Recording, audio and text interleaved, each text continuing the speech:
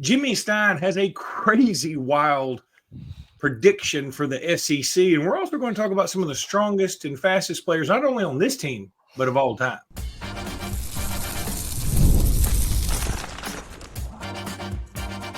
You are Locked On Bama, your daily podcast on the Alabama Crimson Tide, part of the Locked On Podcast Network, your team every day. Hey, everybody, and welcome back into Locked On Bama, HSA's radio network. Luke Robinson, that's me. Alabama internet legend Jimmy Stein, that's him. This episode is brought to you by Monarch Money. We'll talk about Monarch Money here in just a little bit. I want to thank you every day for being here every day. Thank you, newbies, for being here today. And thanks, everybody, for making us your first listen every single day. Somebody said in the comments, Luke, you say all that stuff a little too fast.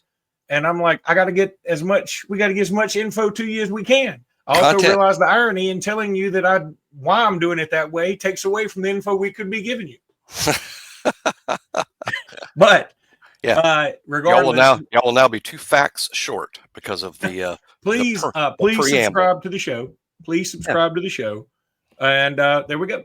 So, Jimmy, you have a prediction for the SEC, a prognostication, if you will, that is kind of nuts. I'm going to be honest. It is. A little nuts. It is. Well, first of all, it is a prediction. So I'm going to say this is my prediction. Now, it ended up, I didn't just invent this thing. I actually sat down with the entire SEC schedule and did wins and losses for everybody, trying to be. Now, I gave great deference to winning at home. I think winning on the road is very difficult, and it's going to be harder than ever. But I didn't really go into it with any preconceived notions. I just did wins and losses, and this is the way it came out. So this is my official prediction, and that is a 7-way tie for first in the SEC at 6-2. Now, I think that outcome is so ludicrous that I would wager against my own prediction. This is not going to happen. I would bet money against it happening. But it's also a serious attempt at figuring out who's going to win the league this year. And I think there's a couple of lessons here. First of all, it is going to be incredibly difficult to win on the road in the league this year. Second, the league is very deep with good teams. I don't know that it's ever been deeper with this many good teams. And as ludicrous as it sounds, like, a 7-way tie, think about this, folks. Last year, Texas was 7-1. 2 teams were 6-2. And then 6 teams were 5-3. You only have to change the outcomes of about 3 or 4 games last year to have made it an 8 or 9-way tie. Last year. I mean, that's how close it was a year ago with so many teams with a winning record. Obviously, when you're predicting as many teams as I did to finish 6-2, that means there will be some ugly records. The ugly records surprised me more than anything else. And I do have Kentucky and Mississippi State both at basically 0-8. There might have been a win in there. The real surprise to me, Luke, is this. Vanderbilt. I think Vanderbilt's better than they were a year ago. And I think this is a really good Vanderbilt team. And when you play Vanderbilt, you better lace them up. And I had Vandy at 1-7. I think the home and road flip on Vanderbilt is going to hurt them, because I think now they have home games that are really tough, and in road. I mean, they're not going to win at Texas, and they're probably not going to win at Alabama. But yeah, the outcome for Vandy surprised me, because I'm like, no, I'm really not down on Vanderbilt. That's just kind of the way it came out. So 7-way tie at 6-2. Those 7 teams were Texas, Georgia, Alabama, LSU.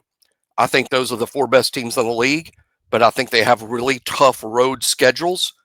And then A&M, Tennessee, and Ole Miss. I think Tennessee and Ole Miss are shocking people, but that is a product of their schedule. It's a product of their schedule. I don't think they're as good as those other teams, but they don't play those teams on the road, except obviously Tennessee plays at Alabama. I have Alabama winning that game.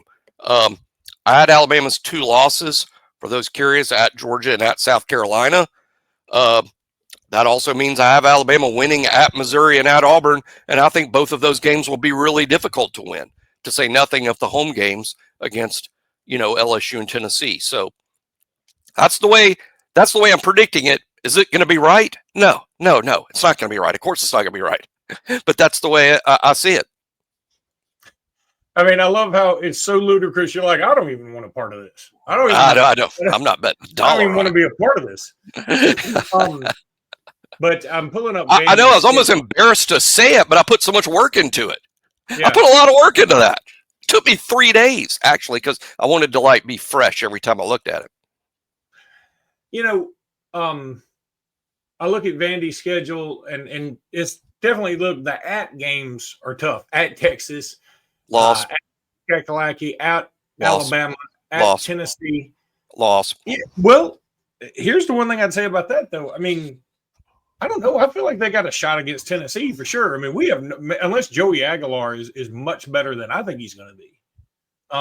Now it's late in the season, and the problem with Vandy in situations like that is their depth usually starts to catch up with them around that time. Mm-hmm. But they have Kentucky at home. That should be a win. They have Missouri at home. I mean, not crazy to say that's a win. I went Missouri. They beat Auburn on the road last year. This Auburn is going to be better. There's no doubt in my mind. I'm not saying Auburn's going to lose that game. I think Auburn's going to win it. I'm just saying don't call someone who thinks Vandy's going to win crazy. No, it's not crazy to predict Vanderbilt to win really any of those home games. I mean, they might. It's hard to win on the road. Hey, Auburn, I got Auburn beating Vandy in Nashville, but Auburn, you better lace them up. Going to be tight. Well, I'm curious. Well, the only problem with it, Vanderbilt plays Texas the week before. Yeah, they could get a little beat up. So, I mean, that's like that's a tough 2-game stretch for them right there. And then Auburn, meanwhile, plays, Auburn's run to get to Vandy is Missouri. And this is post Georgia. They have a tough 3-game start: Oklahoma, Texas A&M, and Georgia. But then they're Missouri at home, at Arkansas, Kentucky at home, at Vandy. Pretty sweet stretch for somebody in the SEC. Oh, yeah. The schedule determines so much. Guys, just think of this math. There's 16 teams in the SEC. Probably 12 or 13 of them are some level of good. But you only play 8. And let me tell you, Kentucky and Mississippi State both look pretty bad to me relative to the rest of the league. If you have Kentucky and Mississippi State on your schedule, that is an advantage. So look at those teams because there just aren't many gimme wins. No Alabama plays between Kentucky and Mississippi State. None of them. Yeah. So if you play neither one, that means you're in 8 ball games. I don't care whether they're home or on the road. You're playing 8 dangerous football teams, and it's just going to be hard. I'm not saying that Alabama is not better than South Carolina. I just think the odds are you're not going to win all these road games. By the way, I don't even have South Carolina finishing 6-2. I had them finishing at 5-3. Well, then who are the 7? Alabama, Texas, Georgia, LSU. I think those 4 teams are like really good, and I have them at 6-2, but product of the schedule. The 3 that might surprise people is A&M, which is kind of a sexy pick to finish 4th in the league, frankly.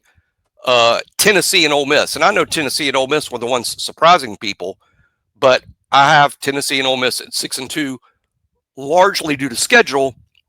Though I do, in one outcome that a lot of people are going to disagree with, I have Tennessee beating Georgia at home. I mean, and Tennessee's been very difficult to beat in Knoxville, and I do think Joey Aguilar is better than maybe Luke thinks. I think Aguilar, there's a reason he was kind of a highly regarded portal guy that ended up at UCLA, and then Tennessee, who had a lot of money to spend, by the way, because they weren't paying Nico anymore. That's who Tennessee sort of targeted. Experienced, older game manager type player who was a playmaker at the Sun Belt level. But I think Aguilar is pretty good. And beyond that, Tennessee has been very good for 2 or 3 years in a row. I don't see Tennessee falling off. As a matter of fact, last year I thought Nico left as many plays on the field as he made. So there's no doubt. So I don't know that Tennessee's play at quarterback is necessarily going to drop off. Though I do think their ceiling at quarterback is a little lower because Nico's obviously got a lot of ability.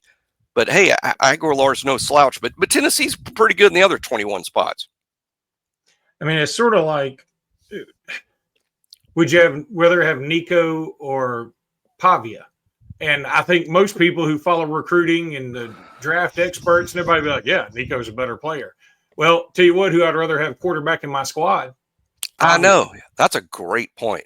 That's a great point. Gosh, that would be a really tough question. I would love to see how many people, who would you rather have a quarterback, Nico or Pavia? I think that's a great question. Now, I do think Pavia a little bit is a product of the system at Vanderbilt. I mean, I think they've built it around Pavia and what he does.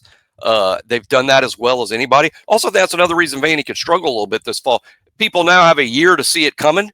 They know it's good. They know and I think defensive coordinators are spending more time on Vanderbilt, not the week of Vanderbilt, the off season, because hey, this isn't one of our challenges. Yeah, and definitely can't lose to said challenge again. Looking at Mr. DeBoer. Yep. Talking a little Monarch Money. Ever wish managing your money felt easier? With Monarch Money, it can. Whether you're growing your savings or planning a big purchase, Monarch puts you in the driver's seat. It's like having your own personal coffee. No, it's like having your own personal CFO, giving you full visibility and control of your finances. Monarch Money is more than just a budgeting app. It's a complete financial command center. You can track all accounts, investments, and spending in one place. So in addition to managing your money, you're also building your wealth. Look, I love it because it showed me that I was eating way too much money, spending way too much money, and eating up the money by going out to eat. It was stupid. I've pulled back. Monarch Money helped me figure all that out. Take control of your finances with Monarch Money. Use code LOCKEDONCollege at monarchmoney.com for 50% off your first year. That's monarchmoney.com. Code LOCKEDONCollege, all one word, for half off your first year with Monarch Money. Couple of quick notes, Jimmy. First of all, Ole Miss tragically lost a player to a shooting, or incoming recruit named Corey Adams from Louisiana, who's like number 21 player in Louisiana. He's in Memphis, so he's like in Memphis, just being there, visiting somebody or whatever, and he gets shot and he perished. And it was unfortunate. You never want to see that happen. And just condolences to all the Ole Miss folks out there, because you don't ever like to see that happen. The rivalry needs to be put aside sometimes. One other thing that I want to throw out there. The other day, I threw out a stat. Still a good stat. It's a little bit wrong, but I told y'all I did it very quickly. I said that Alabama was the last team to shut out 7 different SEC opponents. It's only 6, and I got a couple of them wrong. I went back because I was bored the other night, and so I actually did the research.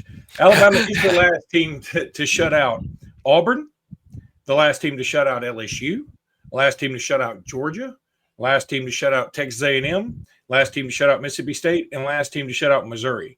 I had, I think I had Vandy on there potentially, and Vandy has been shut out since the big time, like 59-0 Alabama game. The other thing, I researched a few other things that are cool. Just talking about different shutouts. Let me tell you, Alabama has, all right, and this is going to sound bad for like people just listening, so I'm going to try and do it a little faster.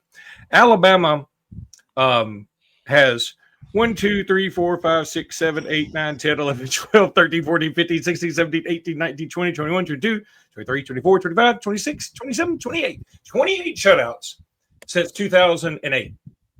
That's a lot. That's a crazy number. That's a crazy number. Georgia, especially when we consider Alabama hasn't been shut out since 2000. That's right. Alabama hadn't been shut out since 9-0 in the worst weather conditions that's ever been known to man. It's sleeted. It was the most fitting end to the Mike Dubose era. Oh God, it couldn't have been. It was fitting. It was as if scripted. It was gross. It was not. It was memorable for all the wrong reasons. It just reeked of Mike Dubose. Okay, it's like I only remember the weather and losing to Auburn. And now that you say 9-0, heck, defense played well enough to win the game. Obviously, Kenny Smith. I remember Kenny Smith having a big game. Oh yeah. So 6 and 10. All right. So since 2013, I'm going to take away 10 of Alabama's because they had 6.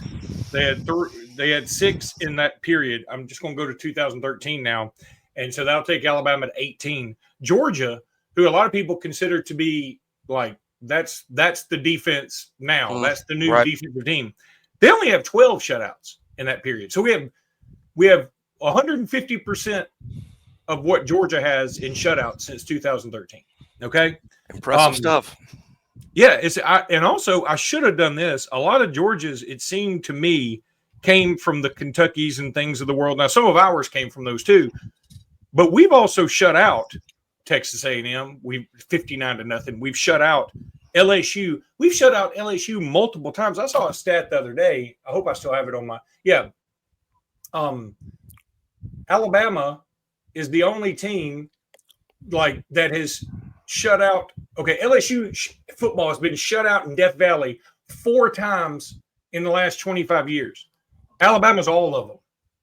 We're all of them. I mean, that's pretty wild stuff, man. I mean, and I know this is a little disjointed, and I appreciate you guys hanging with me on this because I did include the shutouts against Western Kentucky and North Texas and whatever because they count. But, you know, we shut out Missouri last year 34-0. Georgia didn't do that. No, that's right. And I think, you know, Alabama's the greatest, particularly under Saban, but Alabama's the most dynastic college football program of all time and has done it largely on defense. I mean, I know Saban had a lot of offensive records and a lot of offensive firepower, particularly at one point in his tenure at Alabama. But overall, you know, ask about Nick Saban in the coaching industry, and you get greatest defensive mind maybe of all time. And of course, Bear Bryant for, you know, as much as, you know, the wishbone talk this week and the special on SEC Network and the wishbone, I think most people would say, you know, really defense was the hallmark of the Bryant era as well in terms of Alabama being consistently dominant defensively. So really we shouldn't be shocked to hear stuff, but the overall numbers are great.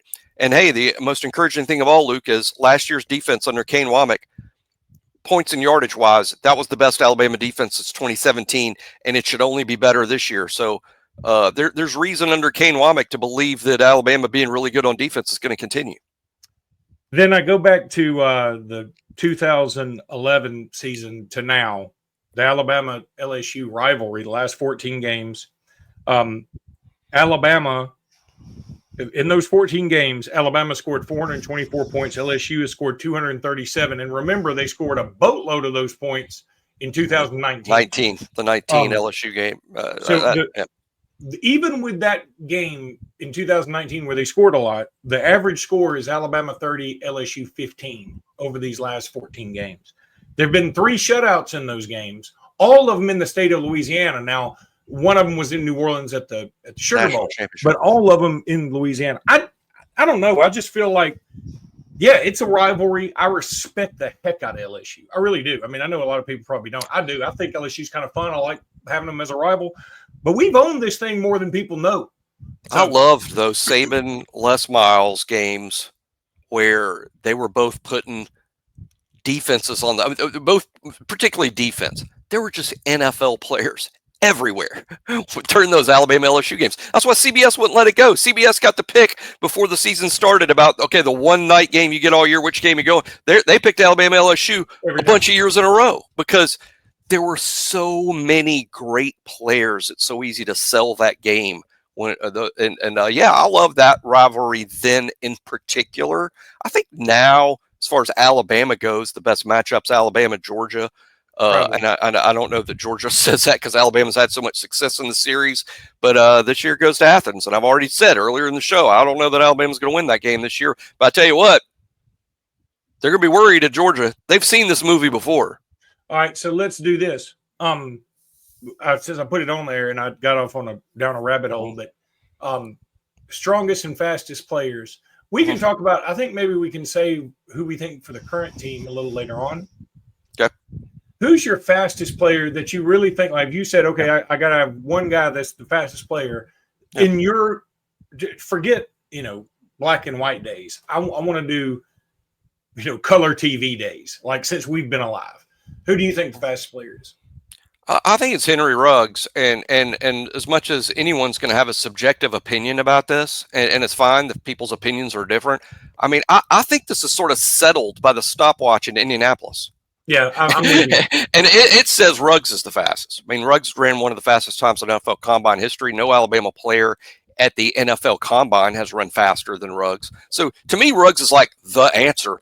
But game speed is different than track speed. He wasn't wearing pads. He wasn't carrying a ball. He wasn't chasing somebody with a ball. That was a track event. Football speed is different. So I'm cool with different answers. But my answer is Henry, because I think it's settled in Indianapolis. I think you're right. I'm also going to throw out a couple others that I think are disqualified because of the pad sizes they wore. Pierre Good, I was there in 1990 when he went 90 yards against Tennessee. But I just rewatched it before the podcast. That was 80. Slow. That was 87. 80, I said 90, 87. Yeah, you're right. I think it was 87. Yeah, the 90-yard touchdown from Jeff Dunn. Well, it was 90 yards. That's what I was trying to. Yeah, and when Pierre caught that ball, there was no college football player at that time that was going to catch Pierre Good. No, once he caught that ball. I just rewatched it. It looked slow on TV, and I was like, "Oh, I think it's because those gigantic pads he's wearing. Like if he didn't have to wear those, I think he would look as fast as Ruggs or something." And then another guy, shout out to my main man Chris Anderson, who I played on a basketball team with at Alabama. We had a good team. We ended up winning the league, but he was awesome. I used to get rebounds and then just throw it. And Chris Anderson would go catch it. I was like, "What? Just throw it over my shoulder." I mean, Chris, nobody's getting it but Chris. Anyway, Chris went 94 or 96 yards against Tulane, I think. It might have been the first game. No, it was Temple. It was Temple. It was Temple in the first game I think Chris Anderson ever played at Alabama. I think I was true freshman game 1, and it was 90-yard touchdown. And Chris definitely in contention for fastest running back in the history of Alabama. But then, I don't know about fastest player. I don't know that you run like Ruggs. I agree, but if it would be interesting if he didn't have those. He had giant pads on.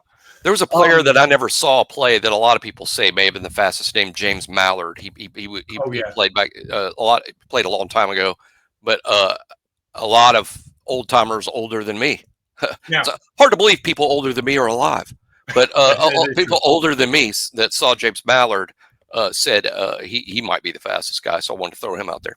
All right, I got to zip through these real quick. Of course, you could put out Jameson Williams and Waddle when they both pulled away from Georgia, going opposite ways in the Mercedes Dome in different games. Both of those speeds were crazy fast.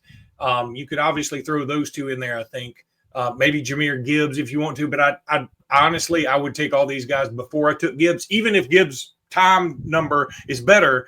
In game speed, it sure felt. I think Gibbs has more wiggle than a lot of guys we talked about, maybe outside of Waddle. Somebody brought up Palmer, and I was like, Palmer's not that fast. You couldn't tackle him in a phone booth. But not compared to these ultra fast guys. No. Though. I saw somebody say Palmer had average speed. My average speed for what? Yeah. No, he's faster than 99.9% of the general population of humanity. But the other thing is Palmer could do all that and be making moves. So there was something about, most people have to concentrate it on going straight line. Palmer's going that fast and juking you out of your shoes. Now he's the most elusive player in Alabama history by the length of a golf course. I mean, the most elusive player we've ever had, David Palmer, by far. All right, we got to zip through this. Strongest player to me, it's an easy answer. A lot of people may not remember him. I certainly do. Robert Stewart, who was, I don't think, now, some may say, oh my God, Josh Chapman, he could probably be in the discussion. But I'm going Robert Stewart. I can't dispute it. I mean, that would be the name for me would be Robert Stewart in terms of strongest all time. But I would say Jaden Roberts, strongest guy on the team right now. Times have changed, lifting has changed. I wouldn't be shocked to hear that Jaden Roberts is actually stronger than Robert Stewart. For one thing, Jaden Roberts much bigger than Robert Stewart was like 6 foot or 6'1" at best, 280. Jaden Roberts like 6'5", 350. Jaden Roberts is much more imposing. But I'll say this. I would rather probably, if you said, okay, you got to take a shot in the face from one of these two, I'd Well, I would be dead. Either one. Yeah, I mean, either one, I'd be dead. Me. I can't be deader than dead. But I want to be dead faster. I think Robert Stewart if you want to be dead faster and more compact. He's more athletic. It's crazy that he didn't have a bigger NFL career, but maybe he just great player, no position. He didn't. Well, he played several positions at Alabama. Yeah, and like no offensive and defensive. No true position in the NFL at 6 foot 280.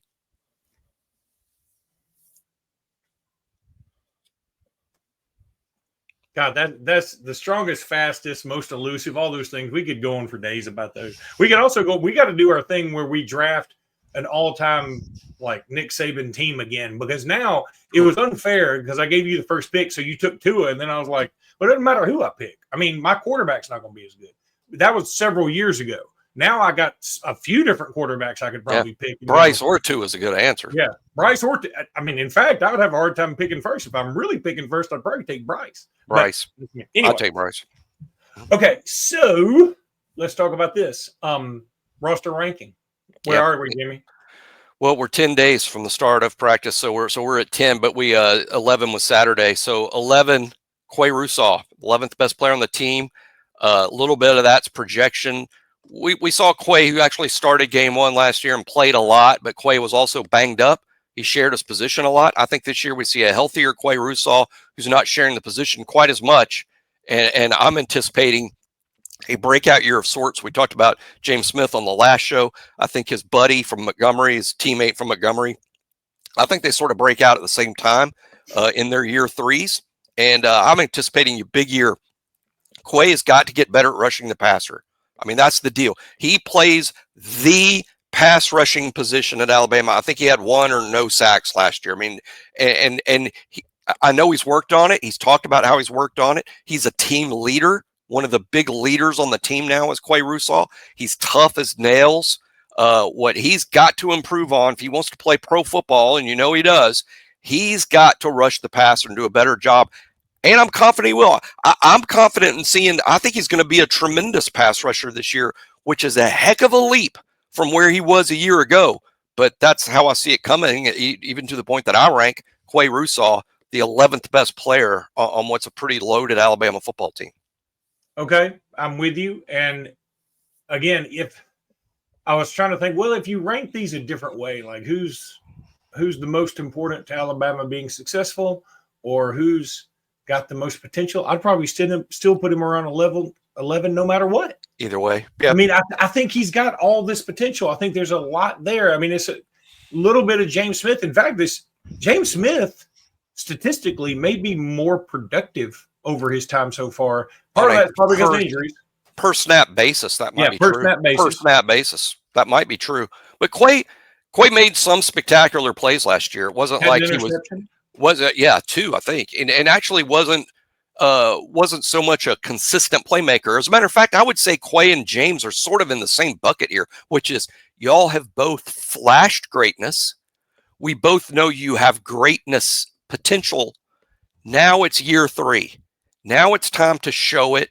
Again, you can show your greatness in flashes, but great players don't play in flashes. They play consistently well, snap to snap, and aren't just difference makers. They're the difference in their team winning or losing the game. That's how much I'm asking of those two. And they're back-to-back, actually, on my list here with James Smith, 12th best player on the team, Quay Russaw at 11. I'm asking them, okay, be the difference in why Alabama wins football games this fall. Does it worry you at all? I'm going to throw me in here because it's sort of our list, even though you do everything. Well, we agree largely. We agree. That we have these two guys, these two high school teammates, these two buddies, what we have them at number 11 and number 12, have them way up on this list, and neither one of them really got a sniff for the SEC, all SEC teams preseason. Yeah, it's lack of production. You think we're being too homerific? I think we're A, a little homerific there, but B, also a little insightful. Like, I think this is clearly coming. To me, is a difference between I know he didn't do much last year and what's coming. I mean, I don't think it's crazy. I think Alabama's coaches, if they saw this list, I don't think they disagree a lot here about where James Smith and Quay Russaw are. I mean, I think we just sort of know what's coming, as opposed to. But it is fair to say, well, why aren't they on all SEC teams if they're this good? Because there hasn't been the production there yet. But that's our prediction. I'm more confident in that prediction than I am there'll be a 7-way tie to win the league. Yeah. Yeah. Remember, and I'll give you that prediction on your own. But that's not an us thing. That's a you. But you remember that the guys doing all SEC teams for the most part are either keeping up with their own team or just the league on the whole. And so every team's going to have somebody they think is going to break out, and they can't believe not on that all SEC team somewhere. Yeah. And for me, it is Quay Russo. I can't believe James Smith or Quay Russo weren't on it. Yeah, when I'm putting all SEC guys on other teams, where I say, Jimmy, okay, tell me who's from South Carolina is going to be all SEC. I'm not going to go on general reputation recruiting. I'm going to go on production in 2024, and I'm going to look, okay, who ran for the most yards, who was their best receiver, who had the most tackles on defense that's coming back. I'm not going to know South Carolina's roster like we know Alabama's. Right. So this is we know Alabama's roster, and we sort of know what's coming with those two. All right. We have one more guy, but we're going to save him for the next show. And until then, roll tide, everybody. Roll tide.